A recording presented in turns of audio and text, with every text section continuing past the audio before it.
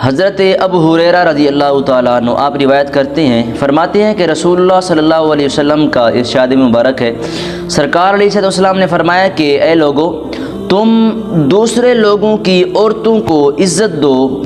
دوسرے لوگوں کی عورتوں سے پرہیز کرو،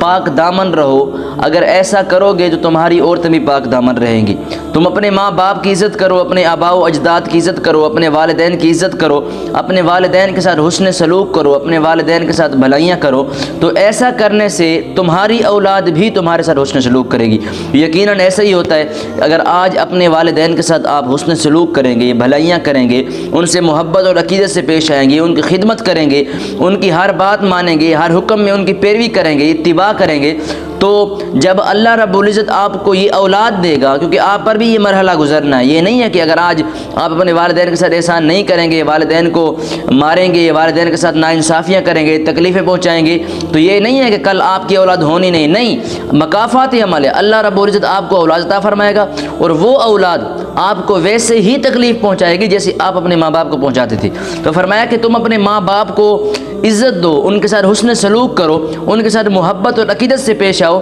تو ایسا اگر کرو گے تو اللہ رب العزت تمہاری اولاد کو بھی تمہارے لیے ایسے بنا دے گا۔ یعنی کہ تم اپنے ماں باپ کے ساتھ حسن سلوک کرنے والے ہوگے تو تمہاری اولاد تمہارے ساتھ حسن سلوک کرے گی۔ تم غیر کی عورت کو دیکھ کر نگاہ نیچے کر لو گے تو اگر غیر تمہاری عورت کو دیکھے گا، تمہاری بیوی کو، تمہاری بیٹی کو دیکھے گا تو وہ بھی اپنی نگاہیں نیچے کر لے گا۔ تو یہ ایک مکافاتی عمل ہوتا ہے کہ آج اگر ہم والدین کی خدمت کریں گے، والدین کے ساتھ اطاعت اور فرمانبرداری کریں گے، اللہ کے حکم کے مطابق والدین کے ساتھ حسن سلوک کریں گے، احسان کریں گے، ان کی خدمت کریں گے، ان کے ساتھ حسن سلوک اور اچھا برتاؤ رکھیں گے، تو جب ہماری اولاد ہوگی، ہماری شادی ہوگی، اللہ ہمیں اولاد عطا فرمائے گا، اس وقت جو ہماری اولاد ہوگی وہ ہمارے لیے نیک ثابت ہوگی، ہماری اولاد بھی ہماری اسی طرح ہی خدمت کرے گی، ہماری اولاد بھی ہمارے لیے اسی طرح تکلیفیں برداشت کرے گی، ہماری اولاد بھی ہمارا اتنا ہی خیال رکھے گی جتنا آج ہم اپنے والدین کا رکھ رہے ہیں۔ تو ایک واقعہ ہے میرے ذہن میں آ گیا کہ ایک شخص تھا جس نے بڑا ظالم جابر تھا، وہ اپنے باپ کو، ایک باپ سے بڑا تنگ تھا، باپ اس کا بزرگ ہو گیا، اس کو ایک مقام و مرتبہ دیا، جب وہ باپ اس کا بزرگ ہو گیا تو وہ شخص اپنے باپ کو لے کر جنگل میں چلا گیا اور وہاں چھوڑ کے آیا اس کو، اور چھوڑ کر کہا کہ اے ابا، تو میرے اوپر ایک بوجھ ہے، میں تجھے ہلکا کرنے آیا ہوں، تو میں تجھے یہاں پھینک جا رہا ہوں، اب دوبارہ میرے گھر مت آنا۔ تو باپ تھا بیچارہ وہاں رہ کر جنگل میں مر گیا، فوت ہو گیا، چلا گیا دنیا سے۔ تو خیر وقت گزرتا گیا تو اس کی شادی بھی ہو گئی، اس کے بچے بھی ہو گئے، اور بچوں کو اس نے ایک مستقبل بنایا، ایک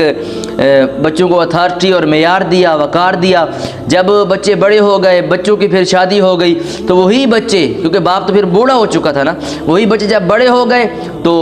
وہ اپنے باپ سے تنگ ہونے لگے، بات بات پر ڈانٹنے لگے۔ جب زیادہ تنگ ہو گئے تو پھر کہا کہ ابا جان آپ کو سیر کروانے لے چلتے ہیں۔ تو وہ کیا اس نے سیر کرنی تھی، وہ گیا بچوں کے ساتھ، اور وہ بچے جو ہیں وہ اپنے باپ کو وہاں باندھ کر اپنے باپ کو گھسیٹتے ہوئے جنگل میں لے گئے، اور جنگل میں لے کے جا کے انہوں نے چھوڑ دیا کہ اے بابا، ہم تم سے تنگ ہیں، اب ہماری زندگیوں سے دور چلے جاؤ، ہماری زندگیوں سے نکل جاؤ۔ تو یہ ایک مکافاتی عمل تھا۔